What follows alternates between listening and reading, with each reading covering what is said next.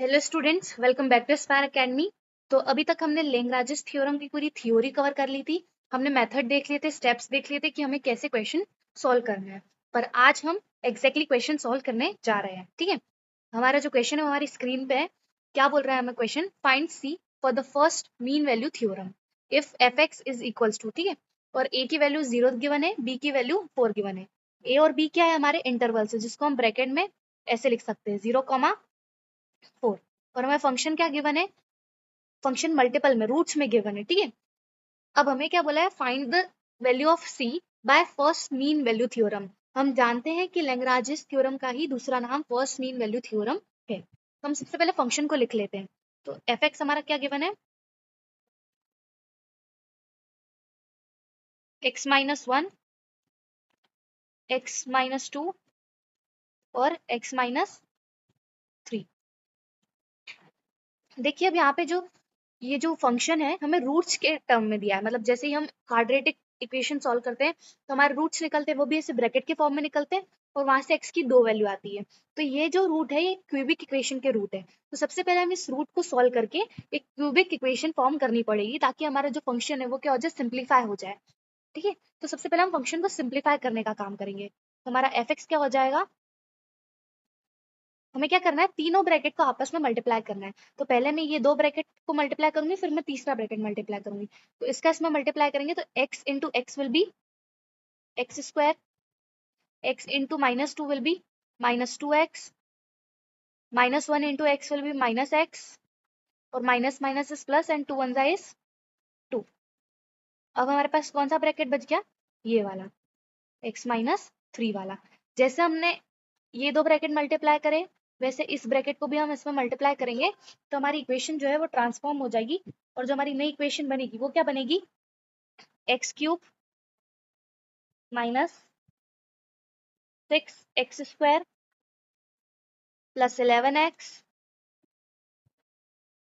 Minus six.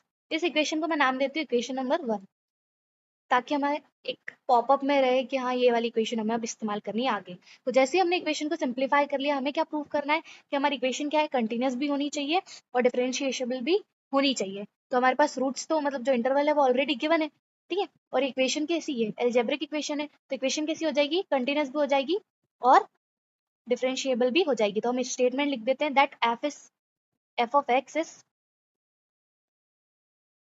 Continuous at 0,4 और F of x is differentiable eight 0,4। अब हमें क्या करना है? एफ ऑफ ए और एफ ऑफ बी फाइंड करना है। हमारे ए की वैल्यू क्या है? 0, और बी की वैल्यू क्या है? 4। लेकिन वो हम जो ए और बी की वैल्यू है वो हम कौन सी इक्वेशन रखेंगे? ये सिंप्लीफाइड वाली में।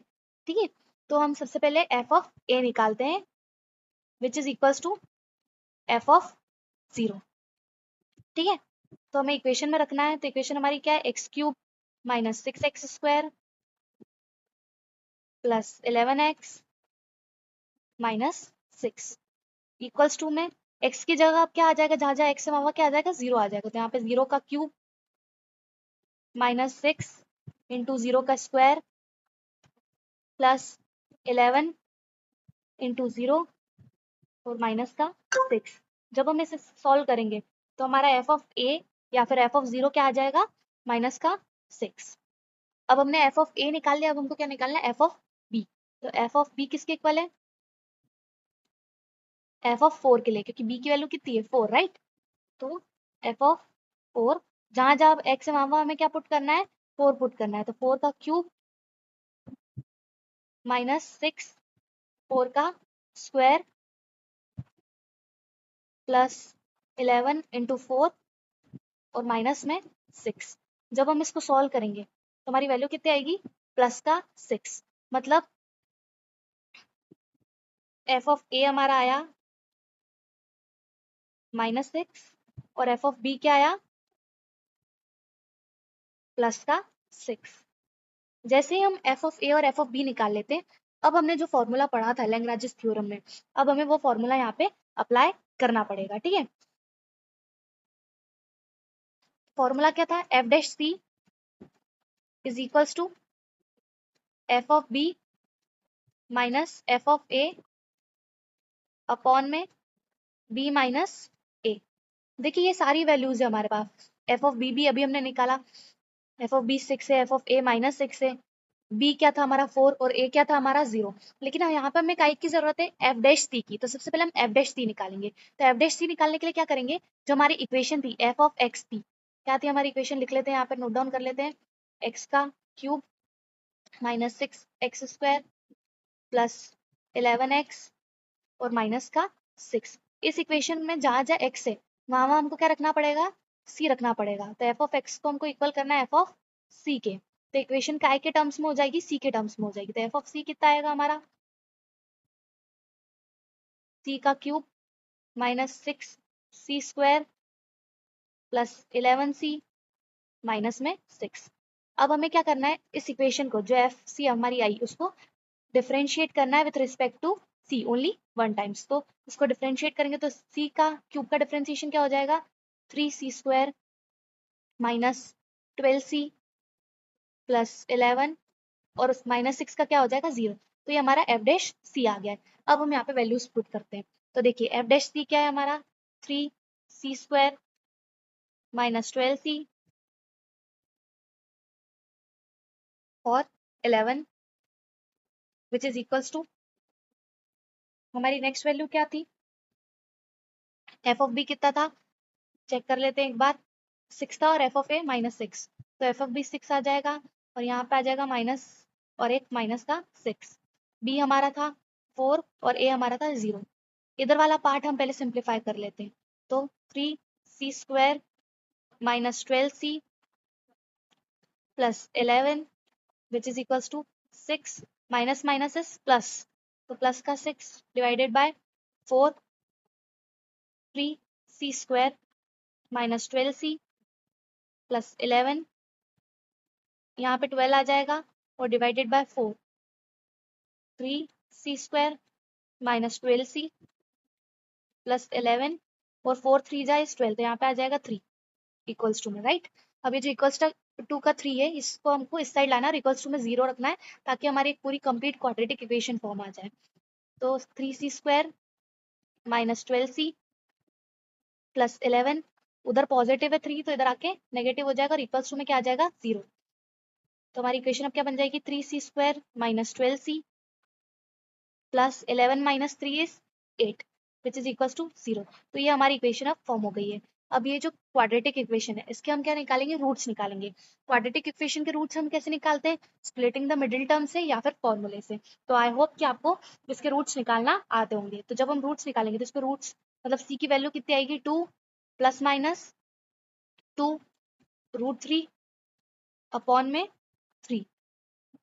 तो जब आप इसको सॉल्व करेंगे तो ये जो वैल्यू है सी की वो बिलोंग कर रही है ओपन इंटरवल या क्लोज इंटरवल 0,4 से। तो हमें लास्ट में क्या लिख देना है, C belongs to 0,4, hence Lagrange's theorem proved. That's it, इतना ही था ये क्वेश्चन। मैं फिर से एक बार आपको शुरू से बता देती हूँ कि हमने क्या किया। सबसे पहले हमें एक फंक्शन गिवन था, उस फंक्शन को हमने सिंप्लीफाई करके नया फंक्शन बना लिया, ठीक है, ताकि हमें इजी हो सॉल्व करने में। नेक्स्ट हमने कंटिन्यूस प्रूफ करा, फिर डिफरेंशिएबल प्रूफ करा, फिर हमने जो फंक्शन सिंप्लीफाई करा था उसमें एफ ऑफ ए और एफ ऑफ बी की वैल्यू निकाली। जैसे ही हमारे पास एफ ऑफ ए और एफ ऑफ बी आ गया हमने लैग्रांजेस थ्योरम का फॉर्मूला अप्लाई किया। फॉर्मूला क्या है, F dash C is equals to F minus F of B minus F of A upon में बी माइनस ए। हमारे पास ये सारी वैल्यू थी लेकिन एफ डैश सी नहीं था, तो हमें सबसे पहले एफ डैश सी निकालना पड़ेगा। एफ डैश सी निकालने की प्रोसेस क्या है, जो भी हमारा फंक्शन था एफ ऑफ एक्स उसको एफ ऑफ सी के इक्वल रखना है। मतलब जहां जहां एक्स है वहां वहां क्या आ जाएगा, सी आ जाएगा। जैसे ही हम सी के इक्वल रख देते हैं तो हमारा फंक्शन पूरा सी के टर्म्स में चेंज हो जाएगा। सी के टर्म्स में चेंज होने के बाद हमको उसको डिफरेंशिएट करना है एक बार विथ रिस्पेक्ट टू सी।